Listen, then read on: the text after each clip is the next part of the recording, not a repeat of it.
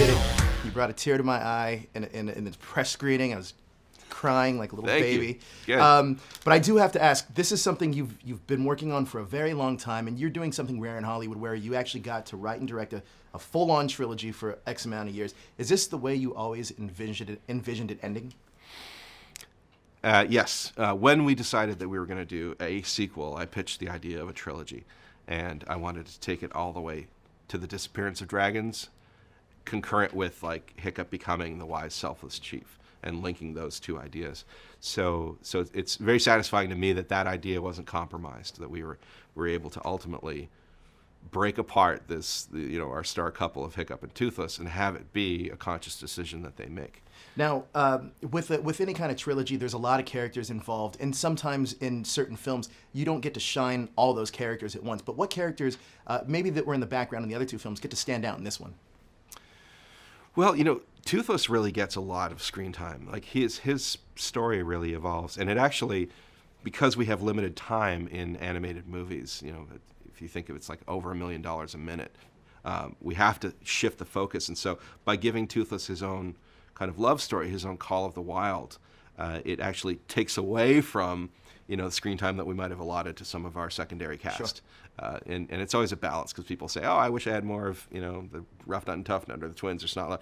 Well, yes, but then it would take away from this particular angle of the story. So I think Toothless is the one that really shines in this particular one. I mean, there's a lot of kids that grew up watching How to Train Your Dragon, and now they're young adults. What do you want them to take away from not only just this film, but the trilogy as a whole? Wow. Well, I hope it feels like uncompromised wonder and something that feels nostalgic. Like, I would love for this movie trilogy to inspire future storytellers and filmmakers the way the Star Wars films inspired me. Sure. I would love to be part of that cycle. And if people grow up with the characters and they feel an ownership, and that it was resolved in a satisfying way, then it might just have that timeless quality, and that's all we can really hope for. Last week it was announced that Disney Streaming is doing a live-action Lilo and Stitch, and obviously you were involved with that as well. Do you have any advice for the filmmakers doing that, and are you involved in the live-action version of that as well? I'm not involved, and nor is Chris Sanders. So it's a peculiar one to me, because it's such a singular voice.